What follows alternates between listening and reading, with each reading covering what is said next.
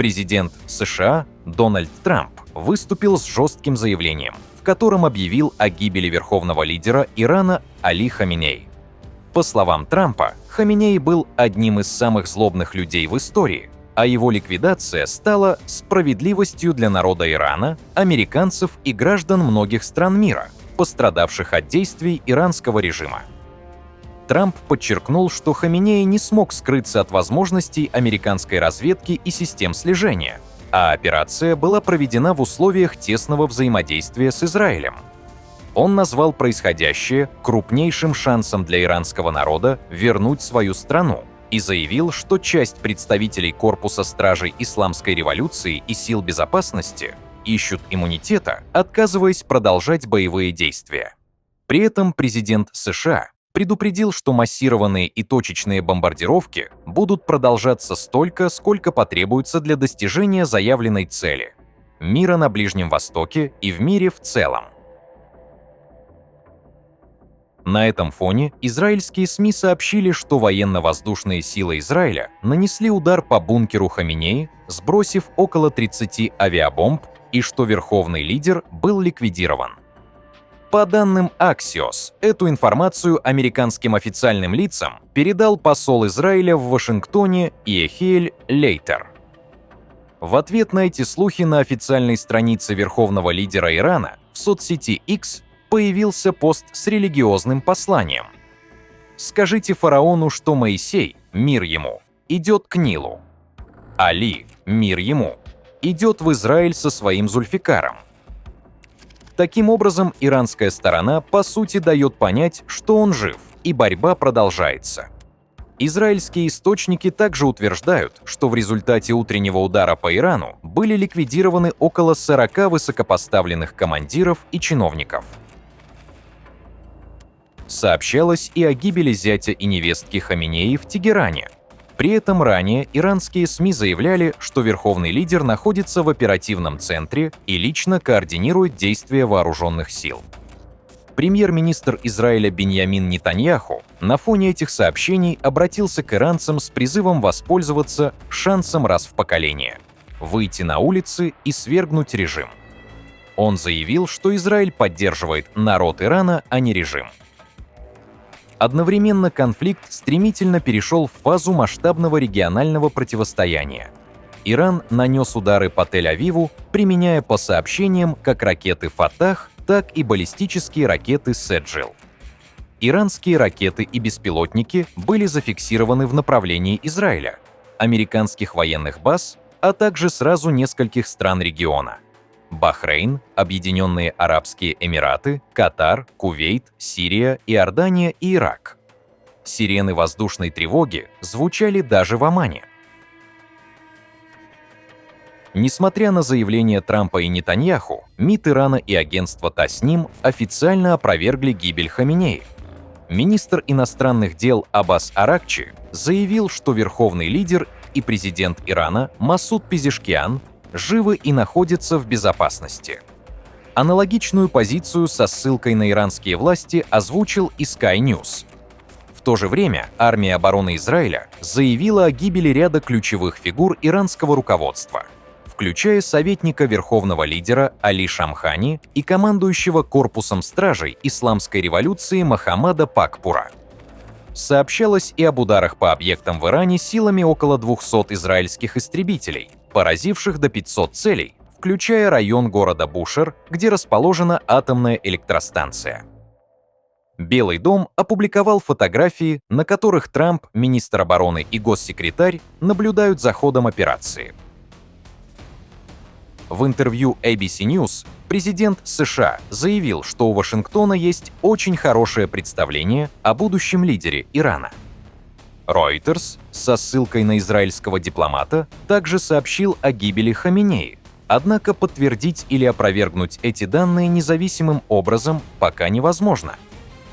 Израильские СМИ утверждают, что Трампу показали видеозапись с извлечением тела Хаминеи из-под завалов, однако официального подтверждения этому нет. Отметим, что за несколько дней до эскалации Али Хаминеи публично заявил, что принимает возможность собственной гибели и готов стать шахидом. По его словам, в случае его смерти преемником должен стать Али Лариджани, которого в иранских элитах и аналитических кругах на данный момент называют одним из самых влиятельных людей в Иране.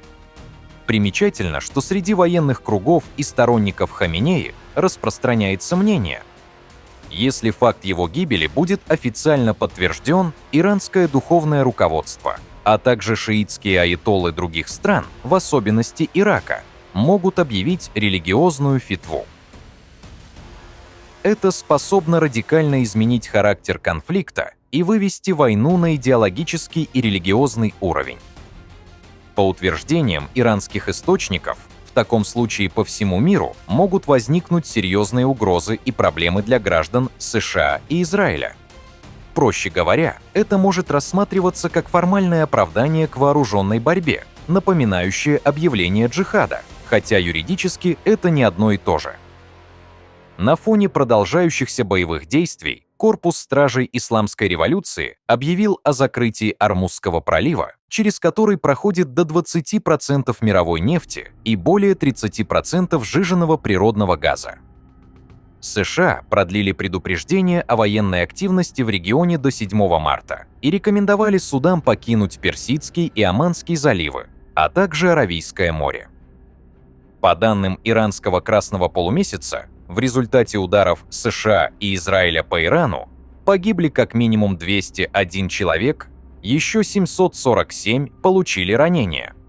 В ответ Иран за сутки выпустил около 300 ракет. Представители командного пункта Хатам Аль-Анбия заявили, что операции будут продолжены с еще большей силой, а иранские генералы пригрозили применением нового оружия, которого мир еще не видел. Внутри Ирана ситуация остается противоречивой. В Тегеране проходят массовые марши сторонников системы. Однако, по данным израильских СМИ, существует и значительная часть населения, которая приветствует возможную гибель Хаминеи. При этом иранские официальные источники настаивают, что верховный лидер жив и в ближайшее время может выступить с обращением к нации. На этом фоне все чаще звучит вопрос: если Хаминеи действительно убит, тогда как вооруженные силы Ирана продолжают демонстрировать столь скоординированные и масштабные действия сразу против нескольких стран. Одни наблюдатели говорят об агонии режима, другие не исключают, что заявления Израиля и Трампа могут быть частью информационной операции, целью которой является вынудить верховного лидера появиться публично.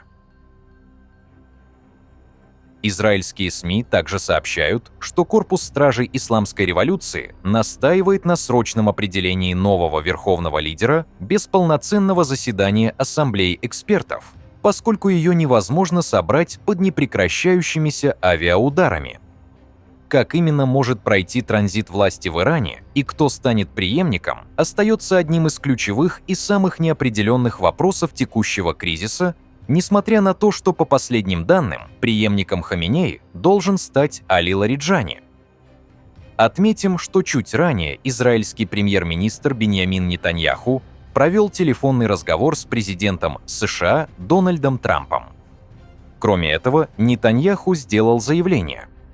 В своем заявлении он объявил о начале совместной операции Израиля и Соединенных Штатов Америки против режима аятолл в Иране, назвав его экзистенциальной угрозой. По его словам, операция продлится столько, сколько потребуется. Нетаньяху поблагодарил Трампа за поддержку и подчеркнул беспрецедентный уровень союза между странами. Он заявил об ударах по ключевым объектам режима, включая резиденцию Али Хаминеи, и пообещал продолжение масштабных атак. Отдельно он обратился к гражданам Ирана с призывом воспользоваться моментом для свержения режима, а к израильтянам с призывом к единству, стойкости и строгому выполнению указаний командования. Пишите свое мнение в комментариях и подписывайтесь на наш канал. Расскажите, что вы думаете о происходящих событиях и возможных последствиях эскалации конфликта на Ближнем Востоке.